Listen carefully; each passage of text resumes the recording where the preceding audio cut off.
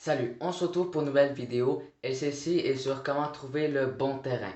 Cela peut avoir plusieurs usages, comme par exemple la construction, l'achat-vente et bien d'autres.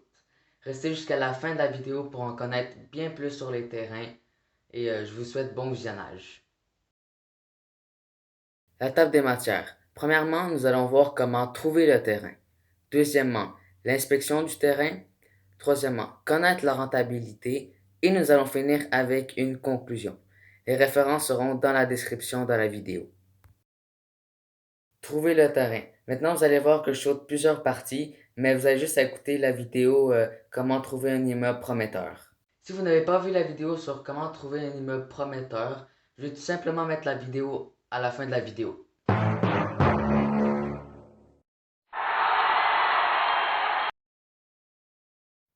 Donc, nous avons mettre des annonces de recherche de terrain, les annonces dans les journaux et 3. Un réseau. Contactez les vendeurs, les gens d'affaires avec qui vous avez déjà fait des transactions. D'habitude, ils ont aussi des terrains non développés.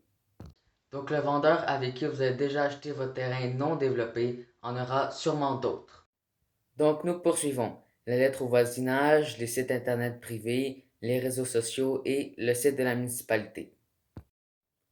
Donc ici, le site de la municipalité. Sur le site de certaines municipalités, on peut trouver le zonage des terrains pour voir par exemple si vous pouvez convertir une partie en commercial ou augmenter le nombre de logements. Dans certains cas, vous verrez des zones de la ville où le développement est prioritaire. La ville encourage votre projet. Vous pouvez aussi changer le zonage complètement. Par exemple, permettre la construction résidentielle multilogement. Peut aussi s'appliquer au zonage industriel, commercial et autres. Mais comment changer le zonage? Dans la plupart des cas, il faut faire une demande à la ville. Prévoyez de possibles refus ou et une très longue période de temps. Donc, peut aller jusqu'à une année. Ici, l'inspection. L'inspection de terrain peut avoir une toute autre spécialité. On peut parler du type de sol, donc argileux, rocailleux ou sableux. On peut aussi parler de d'autres points, comme les milieux humides, les trois services, les contaminations. Dépendamment de l'usage que vous voulez en faire, donc exemple construction ou achat-vente, il faut faire attention à ces détails. N'ayez pas peur de demander de l'aide à des experts. Les personnes que vous aurez peut-être besoin.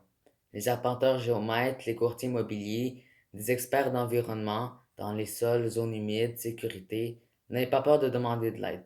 Vous pouvez aussi en avoir besoin d'aucun. Si vous êtes nouveau sur la chaîne, n'oubliez pas de vous abonner, d'activer la cloche de notification pour rater aucun de mes prochains contenus. Allez, on poursuit. La rentabilité. La rentabilité est divisée en 3 grandes parties. Donc les revenus bruts, vente finale du terrain, les dépenses d'opération, le coût du terrain, le financement, l'hypothèque plus la mise de fonds. Pour ceux qui ne savent pas c'est quoi la mise de fonds, c'est simplement l'argent que la banque ne paye pas. Par exemple, l'hypothèque conventionnelle, c'est 20 à 25% du prix de votre terrain, votre propriété, de qu'est-ce que vous achetez. La rentabilité. La source de revenus, c'est la vente finale. Mais comment connaître la valeur de votre terrain? Il y a plusieurs facteurs. Premièrement, le corps du terrain, donc les types de sol, contaminants, trois services, zones humides.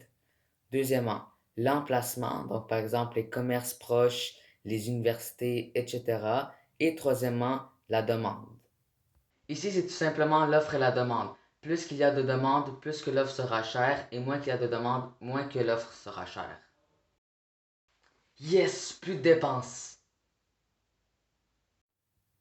Le coût du terrain. Il n'y a pas de dépenses d'opération sauf le coût du terrain, la décontamination, apporter les trois services, autres. Mais note, il peut y avoir aussi des dépenses comme les assurances, les taxes, le déneigement du chemin et autres. Ah oui, et ceux qui ne savent pas c'est quoi les trois services, c'est simplement l'égout, l'électricité et l'eau. 3. Le financement. Vous avez le choix entre prendre l'hypothèque conventionnelle, la banque, ou, nous allons voir ceci dans la prochaine diapositive. Donc, l'hypothèque conventionnelle. Avec l'hypothèque conventionnelle, votre mise de fonds liquide nécessaire est de 20 à 25%. Si vous ne savez pas pourquoi j'ai barré la SCHL, c'est tout simplement parce que c'est la Société canadienne d'hypothèque et de logement, mais nous, c'est des terrains. Il y a aussi d'autres possibilités, par exemple les prêteurs privés, les courtiers hypothécaires et autres. Bien sûr, ils ont des conditions différentes à des valeurs différentes, donc terme, amortissement, etc. Donc voici les calculs à faire pour le projet. Les revenus bruts moins le coût du terrain moins l'hypothèque qui vous donne le profit brut. Ou à réinvestir, ce que je conseille fortement. Et allez-y étape par étape. En conclusion, ne vous précipitez pas trop vite en affaires, au risque de le regretter. Si vous continuez à faire des efforts intelligents, l'opportunité viendra tôt ou tard. À voir mes dernières vidéos, abonnez-vous. Merci d'avoir écouté la vidéo jusqu'à la fin. N'oubliez pas de liker, de partager la vidéo et on se revoit à la prochaine.